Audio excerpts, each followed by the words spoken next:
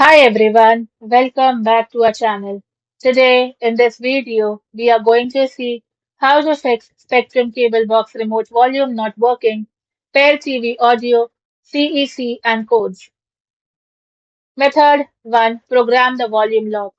For newer Spectrum guide remotes, large blue menu button.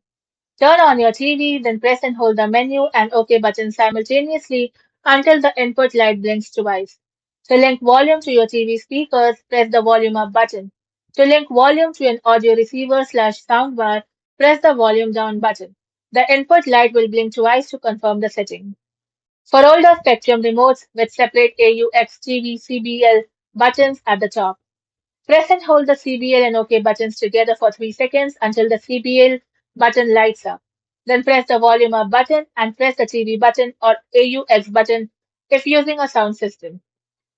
The mode button will flash to confirm the selection. Method 2. Perform a hard reset on the remote. Remove the batteries from the remote control, then press and hold the power button on the remote for 30 seconds to drain any residual power.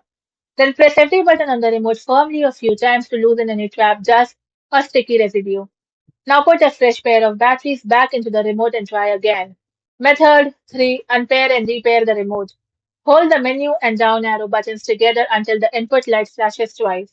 Now type in the number 987 to clear the current pairing profile. Now follow the standard pairing setup prompts on your Spectrum receiver screen to link the remote back to your devices.